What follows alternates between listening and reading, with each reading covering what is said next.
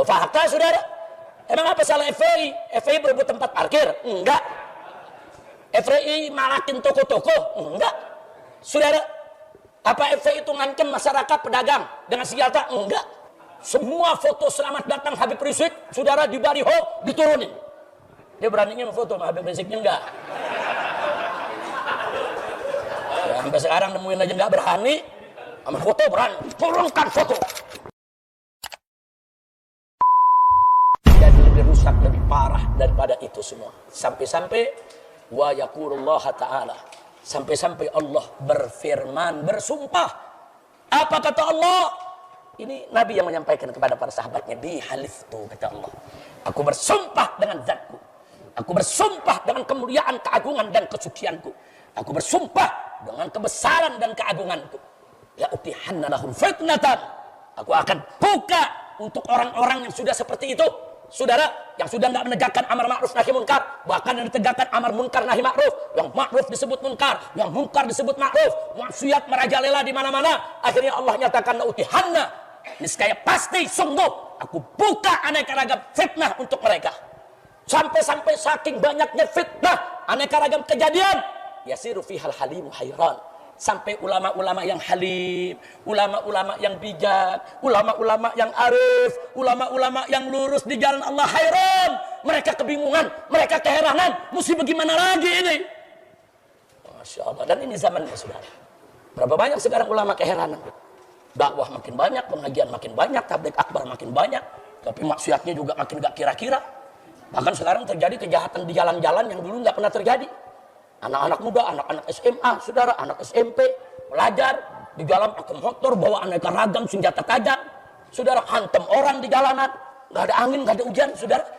Orang dihantam, orang ditusuk, orang dibunuh, apa? Kok bisa begitu? Belum lagi begalnya, saudara. Main bunuh orang, main gorok orang, main ambil harta orang seenaknya. Ini negeri nggak punya polisi, ini negeri nggak punya tentara. Apa polisi tentara itu nggak digaji? Atau kurang gajinya? Kalau kurang gajinya kita tambahkan, jaga keamanan republik ini. Begitu dong. Oh, kurang personilnya. Kalau kurang personilnya, buka pendaftaran supaya anak-anak muda kita jadi polisi dan jadi tentara. Jaga ini negeri. Kalau satu negeri seluas ini, orang udah seenaknya menculik, memperkosa, membunuh, saudara. Seenaknya mereka lakukan itu. Bahkan ada oknum-oknum aparat terlibat, ikut merampok, ikut membunuh, ikut memperkosa. Hancur ini negeri. Nah ini bagaimana bisa begini?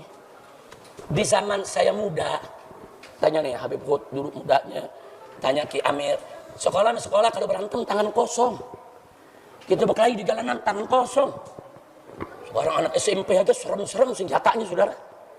Pedangnya sampai panjangnya 2 meter. Dia punya celuritnya panjang bisa 3 meter, saudara, lengkungannya. Ada apa negeri ini, ada apa? Nah itu tadi, karena amar ma'ruf nahi munkar nggak ditegakkan, kemunkaran merajalela.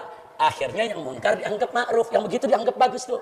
Oh ini kan gaya hidup, ini kan pola hidup, ini namanya keberanian, ini namanya kejantanan. Sudah rusak, sudah rusak. Kejahatan dianggap kejantanan, saudara. Kejahatan dianggap keberanian, saudara. Nah kalau sudah begitu apa yang terjadi? Akhirnya orang menyerukan kemunkaran, mencegah kemakrufan. Hancur. Kalau udah hancur, Allah buka semua pintu fitnah. Akhirnya yang terjadi di sekitar kita saat ini, kita kebingungan. Ulama bukan nggak bingung, istighfar udah di mana-mana, saudara. Doa udah di mana-mana. Tapi berapa banyak doa-doa kita Allah nggak kabulkan, saudara.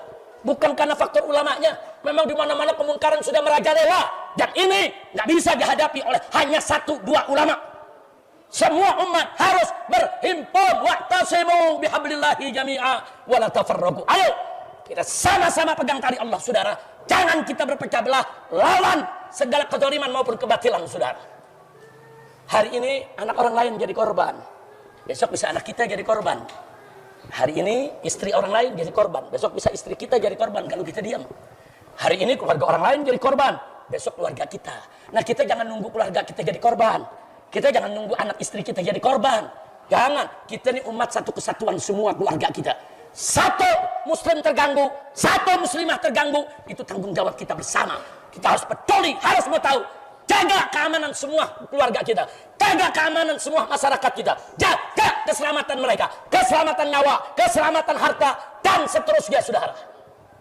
Nah di sini memang peran negara harus hadir. Nanti kalau kita hadir lagi, negara bilang main hakim sendiri. Nanti kalau kita hadir lagi dibilang melangkahi daripada wewenang negara. Kita melangkah lagi, dibubarin FPI-nya. Loh, fakta saudara. Emang apa salah FPI? FPI berebut tempat parkir? Enggak. FPI malakin toko-toko? Enggak. Saudara, apa FPI itu ngancam masyarakat pedagang dengan senjata? Enggak. FPI melakukan dakwah amar ma'ruf nahi munkar dan kemanusiaan. Dibubarin. Ngebubarnya galak lagi. Semua foto selamat datang Habib Rizik, saudara, di baliho diturunin. Dia beraninya memfoto sama Habib Riziknya enggak. Ya, sampai sekarang nemuin aja enggak berani. Sama foto berani. Turunkan foto. Turun pasukan lengkap senjatanya. Astagfirullahaladzim. Giliran ada ormas preman tengar-tengir. Pakai teleponan sama preman. Gimana baik-baik aja ya. Giliran FPI, saya ganyang FPI. Saya akan bubarkan FPI. Giliran ngomong sama preman tengar-tengir. Astagfirullahaladzim. Saya sudah sampaikan saudara, kalau FPI sebagai organisasi sosial keagamaan yang bekerja di bidang kemanusiaan, yang bekerja di bidang dakwah amar ma'ruf nahi munkar, mereka berani untuk membubarkan tanpa alasan hukum yang jelas. Sampai hari ini tidak ada keputusan pengadilan manapun yang menyatakan FPI bubar atau menjadi organisasi terlarang. Tidak ada. Yang membubarkan FPI adalah keputusan politik. Keputusan politik karena ada pesanan. Nggak ada alasan-alasan logik secara hukum. Dalam undang-undang keormasan disebutkan kalau ormas berbuat salah secara masif, terorganisir, terstruktural, harus dibuktikan di pengadilan. Dan pengadilan yang harus membubarkan. Nggak ada. Nggak ada sidang buat FPI. Nggak ada FPI dibubarkan, sudah, oleh pengadilan. Itu keputusan politik, saudara. Nah, makanya waktu pagi, sore FPI mau dibubarkan, pengacara-pengacara saya datang ke penjara. Saya waktu itu ada dalam penjara. Habib, nanti sore FPI mau dibubarkan, Habib. Bagaimana sikap kita? Apa kita melawan secara hukum? Apa kita petunkan itu putusan? Karena bisa dipetunkan, saudara. Aku tergugatlah sampai Mahkamah Agung nantinya. Nah, atau bagaimana nih? Baiknya Habib. Atau kita diam aja, pasrah. Saya sampaikan kepada teman-teman pengacara, kalau nanti sore dibubarkan jam 4 sore, jangan melawan secara hukum. Artinya nggak usah dituntut, dipetunkan. Kenapa Habib? Satu, kalau kita tuntut secara hukum, prosesnya kelamaan. Bisa setahun, bisa 2 tahun, belum tentu ada putusan. Yang kedua, kalau kita tuntut sekarang, hakimnya udah banyak dibeli. Menang susah. Mau ngapain capek-capek kita nuntut? Kira-kira jelas gak? Yang ketiga, kalau nanti kita tuntut juga, terus hakim memutuskan putusan pemerintah benar, maka putusan inkonstitusional pemerintah akan menjadi konstitusional dengan putusan pengadilan. Putusan pemerintah sudah tidak sah secara konstitusi. Tapi kalau kita tuntut ke pengadilan, pengadilan membenarkan putusan pemerintah, maka putusan yang ilegal tadi menjadi legal. Rugi. Jadi saya bilang jangan melawan secara hukum. Jadi bagaimana Habib? Apa kita lawan? Bakar-bakaran aja. Saya bilang jangan. Dia membubarkan kita, fitnahnya FPI ekstrim. Ente bakar-bakaran, terbukti ekstrim. Betul? Jangan. Jadi bagaimana Habib? Apa kita diam aja? Ini kan kezaliman. Habib kan kalau ngajarin kezaliman nggak boleh kita diam. Harus kita lawan. Betul, kita lawan. Tapi caranya bukan begitu. Bukan lewat pengadilan, bukan lewat bakar-bakaran. Bagaimana Habib lawannya? Lawannya nanti jam 4 sore dibubarkan, jam 5 sore kita bikin organisasi yang baru. Front Pembela Islam dibubarkan, nggak apa-apa, kita bikin Front Persaudaraan Islam. Singkatannya sama, FPI. Yang ngurus sama, dia juga. Lambangnya 3 robah, dari segitiga jadi bulat. Pusing-pusing amat, saudara. Betul? Betul? Wah, kalau nanti dibubarkan lagi, bikin lagi Front Pecinta Islam. Singkatannya dibubarkan lagi, ganti lagi Front Pejuang Islam. Singkatannya FPI lagi, saudara. Jadi kalau kita bikin organisasi baru, nggak capek. Dari sekarang pagi telepon seluruh cabang FPI se-Indonesia. Siap-siap. Begitu dibubarkan, turunkan itu plang. Tunduk kepada aturan pemerintah. Jam 5 sore naik plang baru. Eng.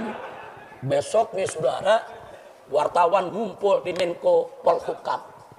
Mereka tanya, lapor, Pak Menteri, ini kemarin FPI sudah dibubarkan, sorry. Nggak sampai 1 jam FPI yang baru muncul. Bagaimana ini Pak Menteri? Menteri larak diri. Bagaimana Pak Menteri jawab? Dia mesti jawab, saudara. Dijawab oleh Pak Menteri, apa dia bilang? Ya selama namanya bukan Front Pembela Islam nggak apa-apa. Kena lu gua kerjain. Alhamdulillah. Itu namanya lawan bukan tuh? Lawan. Politik mesti dilawan sama politik. Emang bodoh.